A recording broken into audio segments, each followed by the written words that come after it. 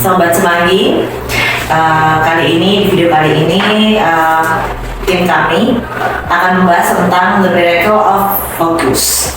Dan yang menarik di buku ini adalah kita akan membahas mencari hikmah datangnya kesulitan. Sebelumnya kami akan memperkenalkan diri dulu. Saya Lydia dari Divisi Sales Project, kemudian saya Eko dari Divisi Sales Distribusi. Saya Pak Nur dari Divisi Logistik. Kita mulai saja video kali ini. Buku ini sangat menarik sekali ya. Buku ini dibuat oleh Sony Adam, The Miracle of Focus. Nah, yang paling menarik di sini adalah bagaimana kita mencari hikmah datangnya kesulitan dalam hidup, dalam pekerjaan. Itu kan ya Pak Eko sama Pak Nur. Nah, apa sih definisi hikmah setelah kita mengalami kegagalan menurut Pak Nur atau Pak Nur dulu ya? Contoh yang paling gampang saja. Misalnya saya mau beli, saya dulu kepingin banget pengen motor.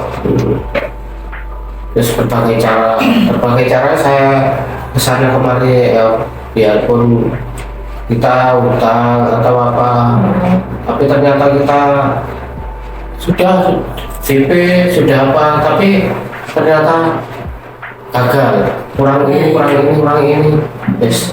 Tapi bagi saya tidak putus asa, soalnya saya kepingin punya motor baru. Nah itu. Tapi berusaha lagi dengan cara apa sih kekurangannya itu? Kok sulit sekali untuk mendapatkan motor baru padahal kita hutang. Nah, kita cari solusinya gimana kita untuk mendapatkan berbagai cara. Kita ya sharingkan kepada teman tetangga, gimana sih caranya kok gampang. Saya kok padahal saya DP sudah ini kok sulit ya. Diberi tahu gini caranya. Terus saya terapkan ke teman itu, bilang ternyata akhirnya saya mengajukan lagi, ternyata itulah ya berarti benar kita harus mencoba kembali, tapi sharingnya itu ke teman tetangga itu harus. Nah, menurut saya itu untuk meraih, kita gagal kesulitan untuk meraih apa yang kita dapatkan. Kita tidak jalan sendiri, kita tanya, minta masukan dari orang lain, entah itu teman, keluarga. Itu ada dari saya. Baik, itu dari Pak Nur ya. Kalau dari Pak Eko sendiri? Itu menarik sekali Pak Nur. Saya sependapat. Ini kalau boleh saya telah dari judul intisari dari buku ini ya, Miracle of Focus. Fokus itu bisa dikatakan ada latar belakang, atau mungkin kita bisa mundur sedikit. Kata-kata fokus atau tinggalan kita fokus itu kita mempunyai goal atau tujuan atau mimpi itu tadi, untuk mewujudkan itu tadi dengan fokus. Tapi sebelum kita mengarah ke fokus, ya, kita juga harus yang namanya memperbaiki yang namanya mindset, cara pandang. Mindset yang bagaimana? Ya mindset bahwa kita mempunyai goal, kita punya cita-cita, kita punya mimpi. Step-step itu yang harus dilalui sesuai dengan aturan atau rambu-rambu seperti tadi. Terus bisa dilihat menuju ke goal itu tadi, menuju ke tujuan itu tadi, mimpi atau cita-cita itu tadi, pasti ada yang namanya hambatan, kesulitan, rintangan itu tadi. Nggak ada yang namanya mulus-mulus saja jalannya. Nggak ada mulus-mulus saja. Ada jalan lubangnya pasti ada. Tapi juga dengan disertai doa ya. Nah, itu yang utama. Itu yang paling utama. Betul tadi. Nah, saya lanjutkan untuk selain fokus itu tadi, mindset yang diperbaiki, kita bisa mengintrospeksi.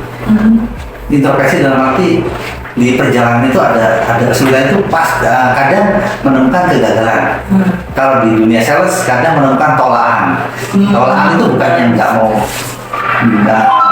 mau beli atau putus atau runtuh dunia, enggak. Itu kan kalau di bahasanya apa PO yang tertunda atau order yang tertunda seperti tadi. Soalnya orang yang pintar melihat memetik hikmah dan bisa introspeksi, itu yang namanya belajar. Sukses di dalam belajar. Karena orang belajar itu nggak melihat usia toh. Iya. Dan introspeksi sendiri itu semakin membuat kita matang ya. Betul. Matang dalam hidup, matang dalam segala aspek kehidupan. Orang hidup ya harus berani ngambil resiko. Iya. Orang mau maju, mau naik kelas pasti kalau dulu namanya THB. SD itu namanya THB. Orang nggak apa? Tanas. Sebelum tetan kuliah. Tante. Seperti kan kita diuji dulu. Iya, diuji dulu. Nggak ada ujung-ujung dapat ijazah, dapat nilai. Betul sekali Pak Eko. Untuk mencapai pujian hati itu perlu pengorbanan. Iya. Tidak ada jalan lancar langsung. Diterima. Kamu mau, enggak, kamu mau harus mau, enggak gitu. Iya. Liku-liku supaya jalan gimana cara dia mau, gimana dia cara mau. Nah, kita pelan-pelan seiring waktu. Betul. Pasti dia kok ada hati sama kita. Kadang saya tambahkan Pak D, kadang yang menemukan apa kegagalan itu yang putus asa katakan itu karena tidak fokus, nggak konsisten. Tujuannya mau beli sepeda motor, cuma di perjalanannya loh kok sepeda pacaran sih ya, atau kok ada handphone bagus ya, tujuan utama beli sepeda motor itu jadi Ada berani. Terdistract. Baik, itu menarik sekali ya. Kalau untuk memang kita balik lagi setiap kegagalan itu pasti kita harus pertama tuh kita harus berani mencoba, berani memulai dulu.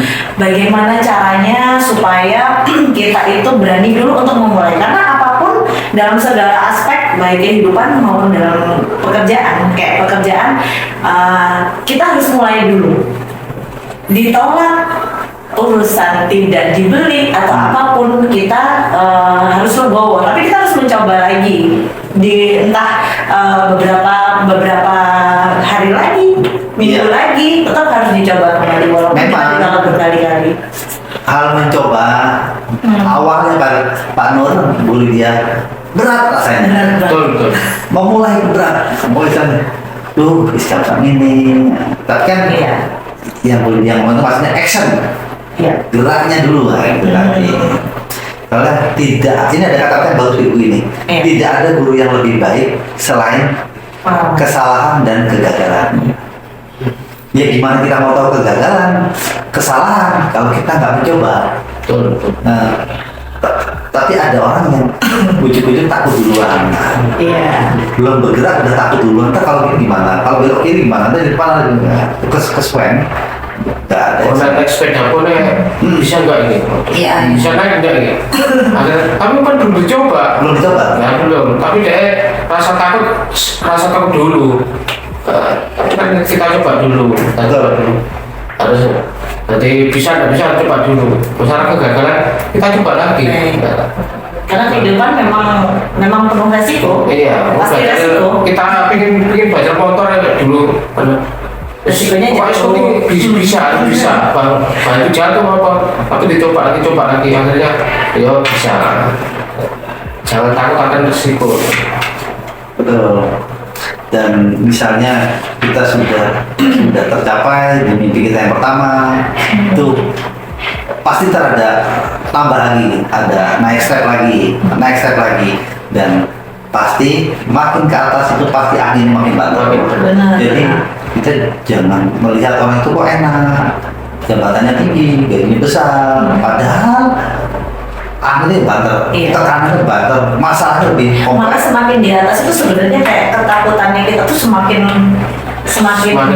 banyak karena justru beberapa hal ini memang kita akhirnya harus lebih mawas diri, lebih hati-hati dan lebih cermat, ya kan? Semakin naik jabatan tantangan lebih besar lagi. Iya betul.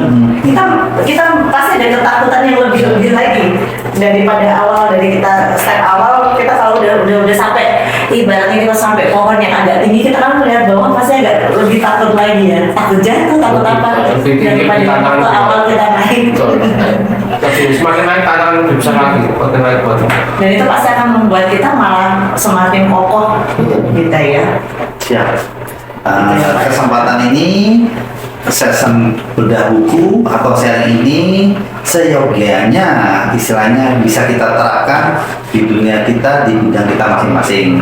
Kita nggak bisa kerja sendiri, kita nggak bisa menyelesaikan sendiri tanpa bantuan orang lain. Gitu nih. Visi misi yang ada di perusahaan kita cermati, kita pahami, dan kita korelasikan dengan aktiviti yang fokus berdasarkan judul ini, nilai fokus, nilai komit konsisten dengan tujuan berarti. Kalau mau bahas Ini banyak ya, panjang banget. Tapi kayaknya waktu kita terbatas juga ya, Pak Eko dan Pak Nur. Baik, kalau gitu intinya adalah, yang penting adalah tadi kita harus mempunyai keberanian untuk memulai awalnya. Kemudian kalaupun gagal, kita harus introspeksi diri. Kemudian kita juga mungkin kita setelah gagal tuh akhirnya kita muncul ide-ide atau kreativitas yang lain. Iya. Apa sih kekurangan kita? Nah, akhirnya kita bisa semakin introspeksi diri, semakin kita lebih matang ke depannya, yaitu ya yang bisa diambil dari intisari di buku ini. Iya. Ya, baik. Untuk itu video kali ini kita akhiri.